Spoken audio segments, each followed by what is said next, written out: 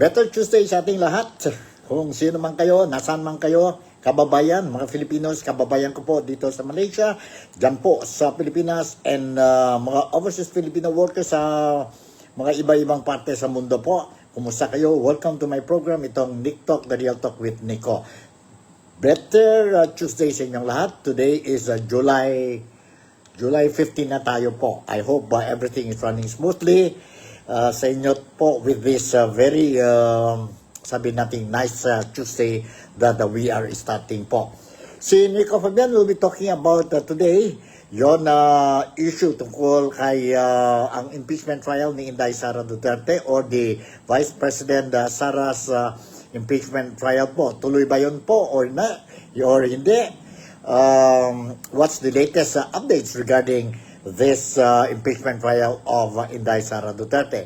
At the same time, since it's just a matter of a few more slips, konting tulog na lang po, and then we're going to see the much-awaited boxing match between Manny Pacquiao and si Mario Barrios. And that will be on July 20 po, Sunday yun po.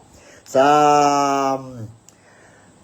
USA, it will be July 19. Pero dito po sa atin, sa Malaysia, sa Philippines, Asian countries po, so we are going to, or we will be able to see this boxing match on July 20 or on Sunday at 10 o'clock po. Don't worry po, stay tuned kayo po. I will try to do my level best to see how I can cover it live, no? Live, mag-hook up na lang tayo yun sa station sa Pilipinas. And para kababayan ko dito po sa Malaysia, you will be able to see. So, hintay-hintay lang natin po hanggang Sunday. In the meantime, let's talk about what's happening, what's the latest news galing po dyan sa Pilipinas po tungkol si Inday Sara Duterte. And of course, ang match ni ang match ni Manny Pacquiao, the former congressman, the former senator, and now he's back to boxing. Roy Tanagon, thank you very much for watching. This is your friend here, your classmate, and thank you, and a better Tuesday to you. Hope everything is fine. Now, before going to the main topic natin dito po, ang impeachment of Inday Sara Duterte, anong latest developments? And of course, I will be touching on, sabihin natin, boxing ni Manny Pacquiao versus Mario Barrios. Now, let me touch a little bit on our president, si President Ferdinand Bongbong Marcos Jr. po. Lumabas na po ang survey, SWS survey po about the rating, trust rating of Bongbong Marcos or PBBM. Ganun ba yun? So, let me briefly touch on the thing. And yes, Roy, afternoon, Brad, looking good. Always, thank you very much po. Trying to maintain itong natin po. No? Thank you very much. But, okay, let's start with. Now, I was made to understand based on the latest updates that I received from the mainstream media in the Philippines or dyan po sa Manila, according to Philstar, according to ABS-CBN, according to Inquirer.net, that the trust rating of Ferdinand Bongbong Marcos Jr. Tumaas na po by 10%. Tumaas by 10%. Sandali, nasaan na yun? By 10% na po, no? Up by 10%. And, saan na yun? Sandali, ha? Saan na yun na istorya? Sana makuha natin ito. Okay, nandito po. Marcos trust rating up by 10%, reaching 48 points in June, SWS. The only thing I was wondering po, because normally SWS will come up with a trust rating, performance rating. Karamihan yun po, it will be the 4 top officials natin po, no? That is the President, the Vice President, Senate, Nandyan pa ang Senate, nandyan pa ang House of Representative Speaker, and the fifth one is Chief Justice, no? Chief Justice. But this time around, dito po sa Inquirer.net, wala nang iba po. Diretso lang po kay Bongbong Marcos po, no?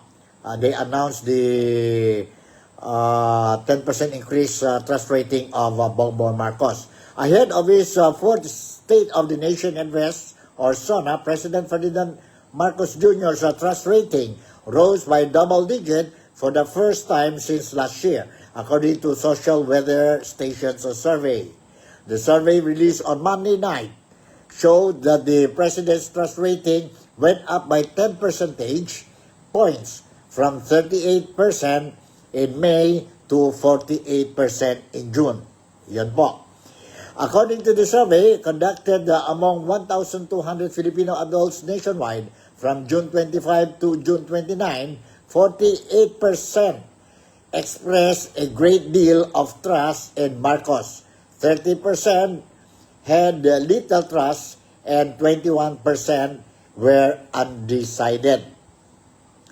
This is the second consecutive month that the president's trust rating increased, rising from a record low of 36% in April to 38% in May. The respondents were asked to assess their level of trust in key government officials using the following categories: very much, somewhat much, undecided, if much or little, somewhat little, and very little. The survey has a margin error of plus and minus 3%. Alright? Yun po. That's the latest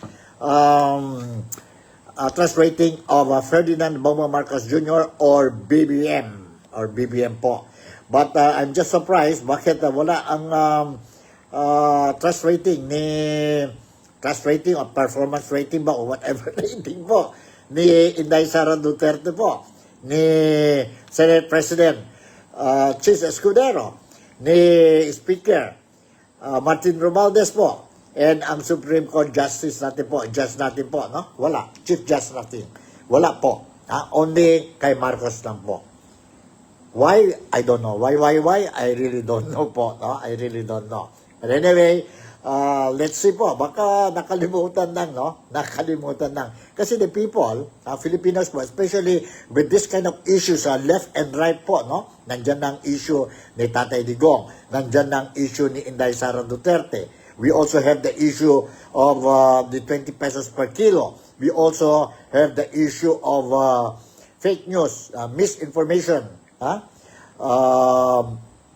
given out to the public, announced by government officials or representative of the president po. And of course, yes, the conflict between China, USA, and the Philippines. Ang foreign policies natin po. And of course, the issue on graft and corruption. Appointments of new secretaries. So I'm just wondering. When I saw this article, I was expecting that I will also know the trust rating of VP Sara, Senate President Chis Escudero, Speaker Martin Romualdez po. But unfortunately po, wala talaga po. Wala talaga. Never mentioned po. Never mentioned. But anyway, let's see lang. Hanggang dyan na lang tayo po. We cannot do. If SWS did not include itong tatlong tao po or apat na tao po ang sa survey nila po, then what can we do? Kung nag-focus lang sila kay Marcos, then what to do? Marcos in few more weeks, less than 2 weeks yata, no? 28 na. They said July 28 will be the official State of the Nation address of Ferdinand Bongbong Marcos. I think this is the fourth. Is it the fourth SONA of Bongbong Marcos? And of course, we don't expect Inday Sara Duterte will be present during the SONA. We don't expect senators obviously or supporting the Dutertes po. I don't think so they will be attending po. No? And yeah, excited din tayo. I'm also excited to hear what is the report of the President Bongbong Marcos Jr., no? His accomplishment and his plan for the next 3 years po. His plan for the next 3 years para sa Pilipinas. Alright? Alright. Let's move on. Let's move on with our issue now. Okay. Let's talk about the Vice President Sara's impeachment trial po. People are talking about it should proceed. Others were saying it might not proceed, no? Because of some technicalities po. Now, I have a video recorded clip here po. And this, I took it from one of the mainstream media diyan po sa Filipinas, DZMM. There was an interview with a very popular lawyer, si Attorney Tranquil Salvador III. He is the prosecuting lawyer siguro yan po during the time of Corona's impeachment trial po. And he explained po why people are blurred on the issue of the impeachment trial of Inday Sara Duterte. Maganda ang explanation niya po. I really love the way how he explained it po. And very easy to understand. And it is for this very reason why I decided to record it and share it to you dito po sa NikTok, The Real Talk with Nico. My good friend, brother, si Roy Tanagon, you listen to this explanation. I have two parts. Two parts po. One is this lawyer, si Attorney Tranquil Salvador III, is talking about whether mga issues related to impeachment trial, whether it will proceed or not. Yun may TRO, Temporary Restriction Order, coming from the Supreme Court po. The other thing is that he mentioned or he explained sa atin po ang directive or order ng Supreme Court po to the Congress, House of Representatives po, requiring them, obliging them to submit a detailed information of this impeachment trial complaints submitted to the House of Representatives last December. Apat yun po. But only one pushed through. The three, I don't know what happened. Yan? And Attorney Tranquil Salvador III, he explained it properly po. So ready naman tayo. Are we ready to watch and listen to the explanation of Attorney Tranquil Salvador III? He is the defense He is the defense lawyer during the Corona impeachment trial. So let's listen to this. His explanation. Andito po. Yung mga listeners, mailaban natin, ano ba yung resolution nito? Ano ba yung makikita mo 3 pahina lamang yun? Yung first page doon ay title ng kaso at sinabi doon na yung dalawa kasi yung petition, may petition final yung panig ni VP Sara at meron pong supplemental petition na final ata yung grupo ng abogado from Davao. Ganon. So sinabi Supreme Court, pagsamahin natin yung mga issues niya. Ngayon, ano ba, para mas maintindihan po natin, hahatiin natin sa dalawa. Kasi dalawang bahagihin natin ng Supreme Court, yung mga compliance na tinatawag, yung mga kailangan gawin ng mga taong involved, o katulad ng House of Representatives, doon sa kaso. Una, ang unang gusto malaman ng Supreme Court, at niliwanagin po natin ito under oath, napakaliwanag, sinasabi ng Supreme Court, ito, idiretsuhin nyo kami. Ito ay panumpaan ninyo. Kung ito'y tiyak na nangyari, unang sinabi ng Supreme Court, ano bang estado ng 3 complaint? Ano ba itong 3 complaint? Ito nga yung pinagtatalunan po na yung unang 3 na na-file noong Disyembre. Di po ba kung matatandaan nyo, yung February, na Ikaapat, yun Ikaapat yun. Di po ba? Yun ang itinransmit sa Senado. Opo. So, ito po ang tingnan natin. Sabi ng Supreme Court, itong tatlo na ito, ano ba estado nito? Ano po bang ibig sabihin pag sinabi nating estado?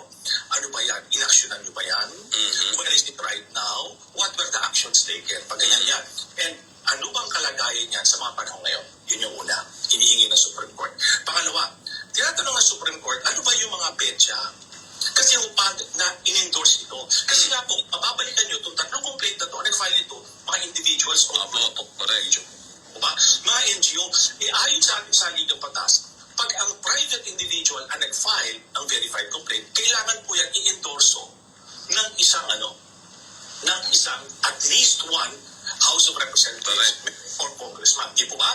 Maalala po ninyo yung una, grupo po ata yan ng Magdalo and others na in-endorse na isang party list. Yung pangalawa, grupo nila former Congressman Nelly Cormulares at endorse ng party list. Ang pangatlo, mga members ng simbahan at iba pa pong tao na in-endorse ng dalawa, isang party list at yung minority floor leader, hindi ako nagkakamali. Yun po yung tatlo. Yun sa amin lang.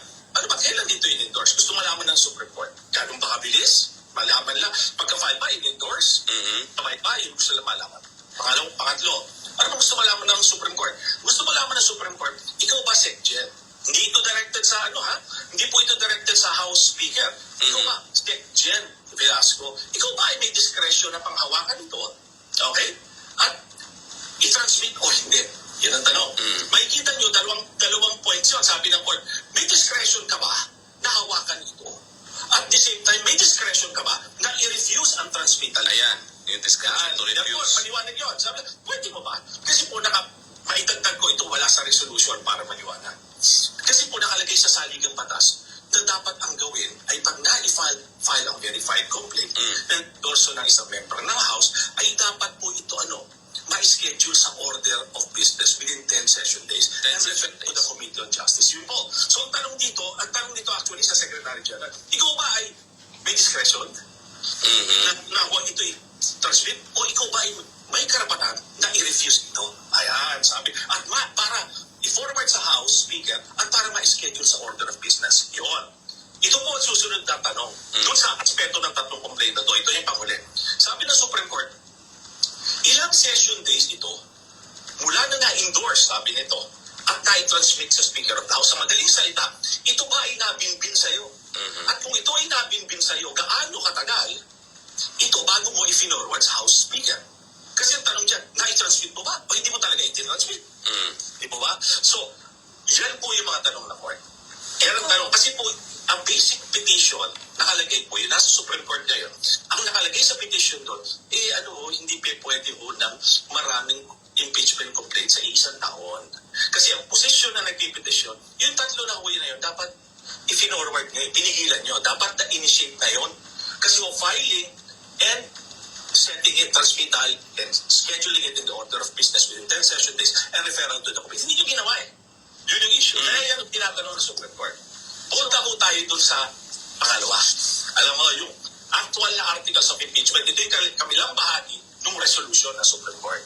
So ito na yung pinag-usapan nila na forthwith, di ba? Yan yan. Dapat huwag na tayo magpigilan pa. Dapat mag-proceed na sa trial kasi yung articles of impeachment ay naitulak na doon sa Senado. Ito po yung pangalawang set ng question ng Supreme Court. Okay. Ano po yung una, sabi ng Supreme Court? Yan ba? Sino gumawa niyang na yan, sabi ng Supreme Court? Sino ba gumawa niyang articles of impeachment? Bakit tinatanong ng Supreme Court? Kasi yung pagtitingnan niyo ang saligang batas, nakalagay doon verified complaint or resolution. So ang tanong, syempre ang tanong yung bang articles of impeachment na yan, yung complaint na yan, itinulak mo na. Meaning yung complaint, bare complaint, yung bang mismo tinulak mo? O dapat gumawa kayo ng gumawa ba kayo ng committee report or anong opisina yung gumawa noon ng articles of impeachment? Kasi po ito yung verified complaint, ang nakalagay sa saligang batas, articles of impeachment. Ano ba yun? Ito bang complaint, yung ba itinulak? Okay, second question. Sinabi ng court, itong complaint na ito, yung ika-apat, iniikot nyo ba sa members ng House? Ito po, pointed question to. Ito ba isinirculate ninyo sa lahat? Sa lahat. Hindi lang sa iilan, sa lahat. So, maaari sabihin lang,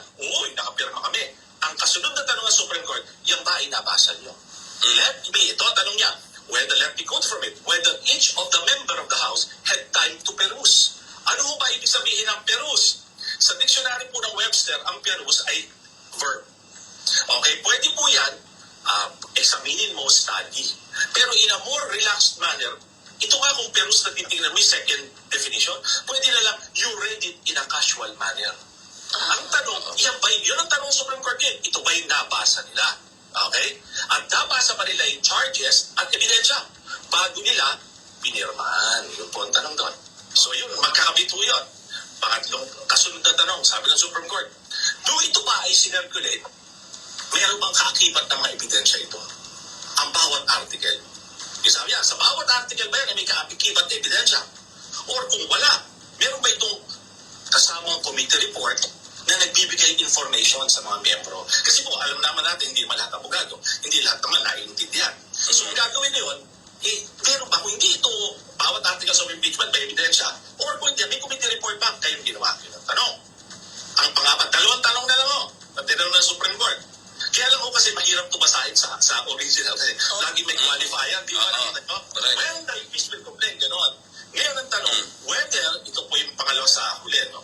Whether each of the member of the House, yung pala na, ito whether Vice President Sara was given the opportunity to be heard. Kung nabigyan daw siya ng pagkakataon na harapin ito, ayon dun sa articles of impeachment at yung mga ebidensya nakakabit doon. So kailangan nila sagutin yun. At panghuli po, ito.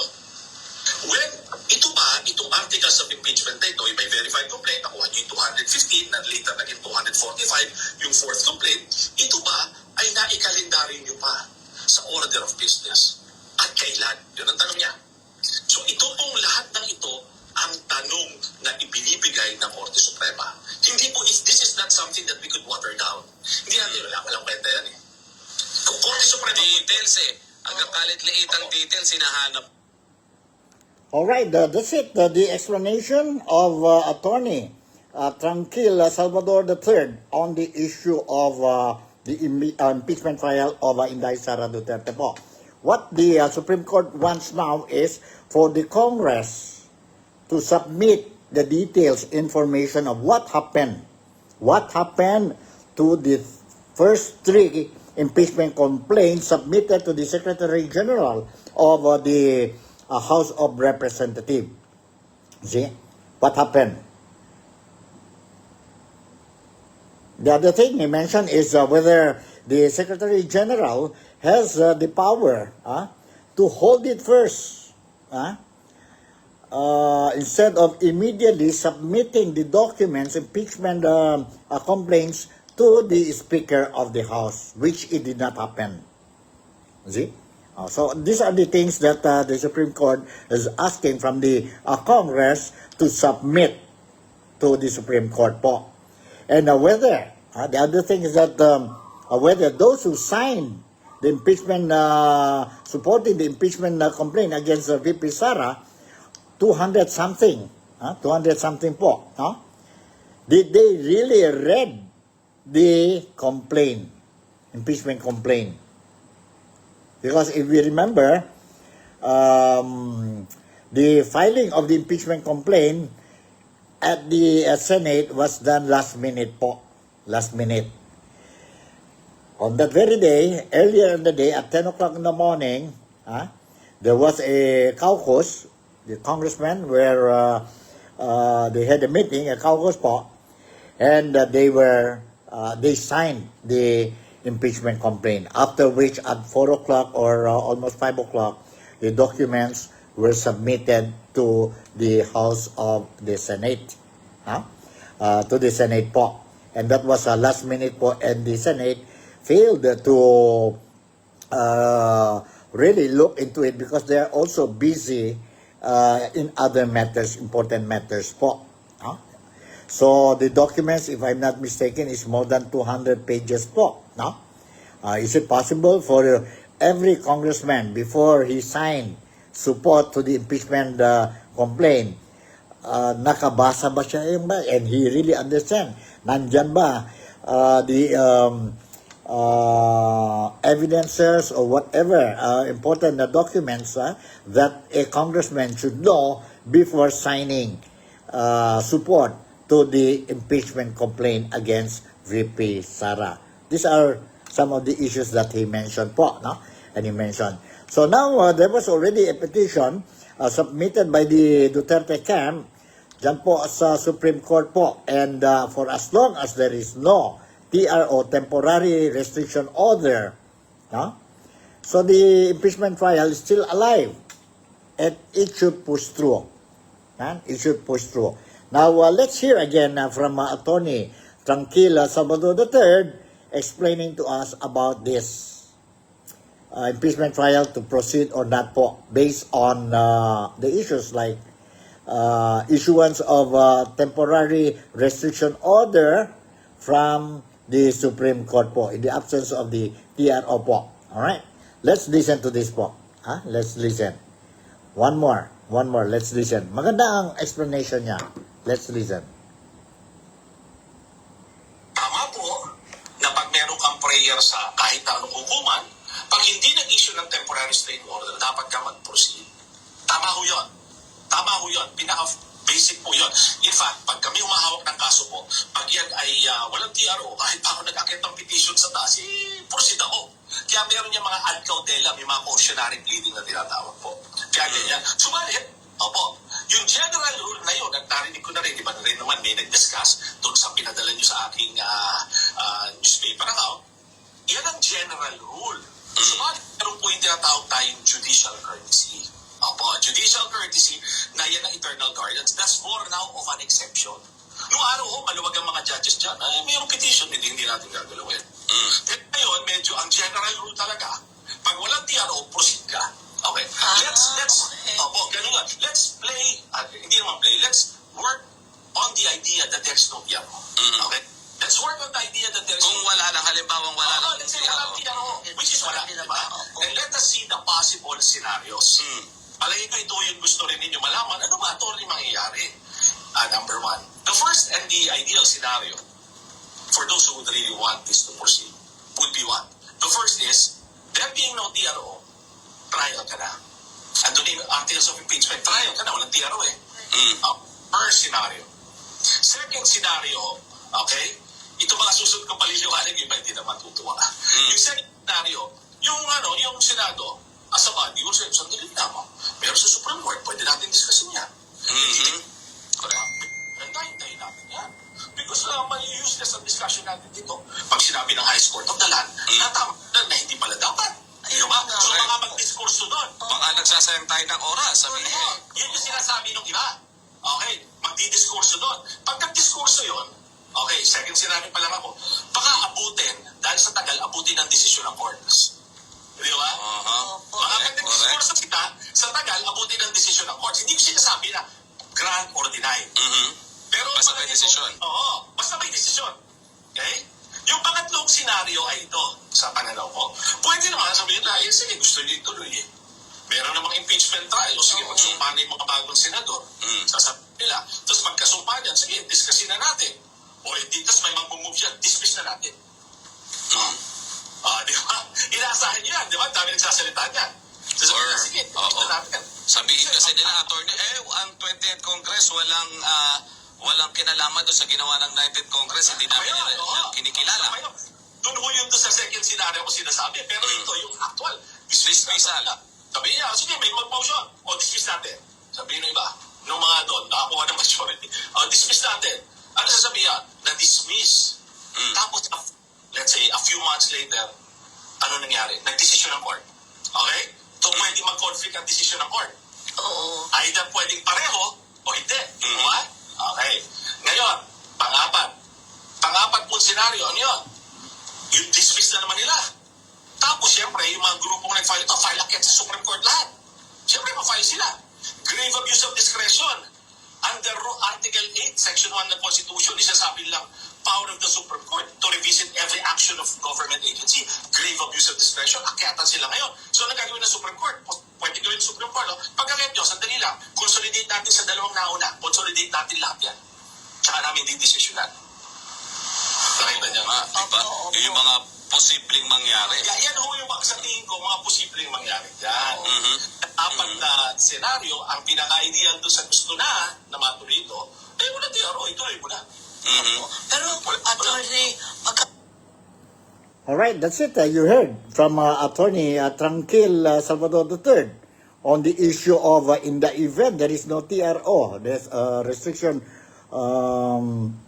temporary restriction order from the court, Supreme Court po, then the trial must push to proceed. No? And there are many things can happen. No? Proceed, or there will be a discussion, and then there will be a motion to dismiss it. No? There are a lot of things which attorney just explained to us po. And of course, it will delay the process po. No? We heard a lot of people, those pro and anti, no? Saying, okay, dapat lang kailangan mag-proceed na po agad-agad ang impeachment. Others says, no, because of technicalities, it should be dismissed. But anyway, the bottom line po, let's wait and see until after the State of the Nation address of President Ferdinand Bongbong Marcos Jr. on July 28 po in the afternoon. Because in the morning, there will be, they will convene the session ang Senate po. They will be choosing their new Senate President. And at the same time, the House of Representatives also will be choosing, will be electing ang Speaker of the House. And after that, they are going to attend the State of the Nation address. And the following day po, dyan na po, mag-umpisa na po ang, sabihin natin, ang procedure ng impeachment trial ni Inday Sara Duterte. Because the impeachment trial of Inday Sara Duterte is very much alive. Very much alive pa hanggang ngayon po. Unless something will happen on the 29th. Ano mga decision? Kung may mga motion to dismiss it or ano-ano, then we only know. So in the meantime, we heard a lot of comments, observations from the other side. And ito naman po, we heard it from one of the respectable lawyers, no? Dyan sa Pilipinas, ito mga opinion niya po. So, at least we will have an idea already po. Parang confused na mga tao. The people, the Filipinos are confused already about the issues po, no? Because a lot of people are talking about these things. Some are ordinary people, but they talk a lot. Others, yes, even lawyers, they have different opinions. You see, they have different opinions. They have a different understanding on how to read the law. But the only one that everybody will respect, once the Supreme Court will make the decision, then that's it. Lawyer ka or you are ordinary people or anybody, as long as you are Filipino, once the Supreme Court will make a decision, then that's it. Whether you like it or not, you have to respect the decision of the Supreme Court. Yun po. Yun po ang updates natin tungkol sa impeachment ni Inday Sara Duterte. And in fact, since the very beginning, Inday Sara was saying, I'm more than willing. She preferred that this impeachment trial will push through. Will push through po. For obvious reasons na po, no? Which I have, and even social media bloggers, even the mainstream media has reported already po the reason behind why Inday Sara Duterte once the impeachment trial will push through po. But on the other hand, because of technicalities, her lawyer insists that it should be dismissed. All right, it should be dismissed. All right. This time around, I'm going to give you another footage, but no longer about the impeachment trial of Inday Sara Duterte. And let's listen to my idol. Idol ko ito po, no? Si Ted Filon, touching on the bout of Manny Pacquiao versus Mario Barrios po on Sunday ito po, July 20. Let's listen to Ted Filon. Sa mga biyahe na po at nakakapag sa ating Sports 5. May mensahe nga po ang sparring partner ni People's Champ Manny Pacquiao sa mga kalaban niyang si Mario Barrios. Good luck, bro!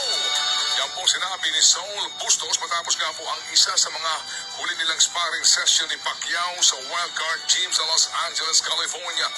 Malakas daw sumuntok si Pacman, sabi po ni Bustos. Isa siya sa 4 na ka-sparring po na nag-iisang 8 Division World Champion bilang paghahanda pa rin po sa kanyang unang laban sa loob ng 4 na taon. Mapaparoon po ang laban sa July 20, Linggo, 10 a.m. sa RPTV at One Sports at 2:15 p.m. po naman sa TV5. Tapos naman ang... Ito po ay para sa WBC welterweight belt. Mga kapatid, yung laban na to, ha? Okay, dito kakalimutan natin ang lahat ng mga nangyari in the past, Of no? course. Ito'y present.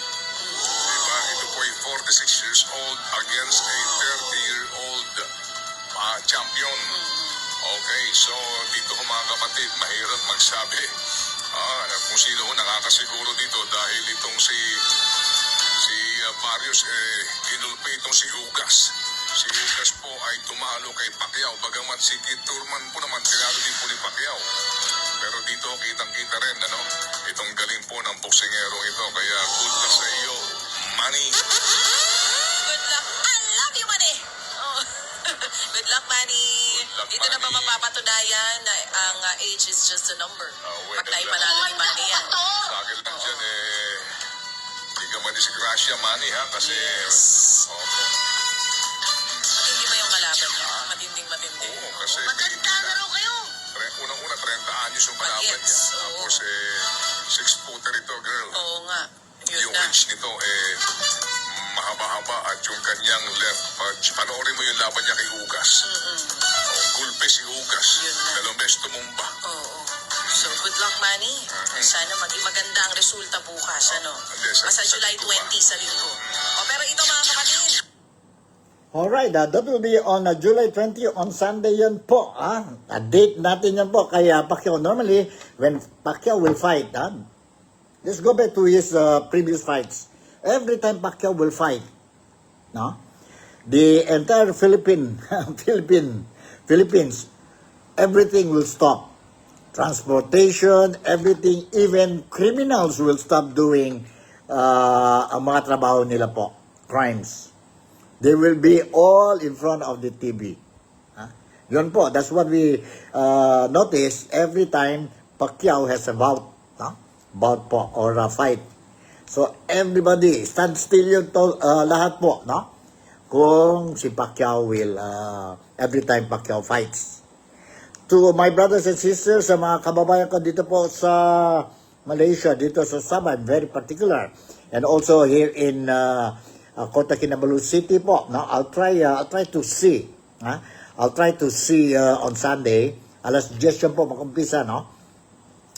I'll try to see if I can hook up, get the live, kasi free sa Philippines get the live, although marami lang yan po, there will be a lot of advertisements, but we will try to see so that our friends, brothers and sisters, and even our Malaysian friends, ang fans ni Manny Pacquiao, they will be able to see live po. Check out lang kayo po sa NikTok, Real Talk with Nico on Sunday, because I will try to do my level best po. It's not a promise, but I think I can do it. No? I think I can do it po.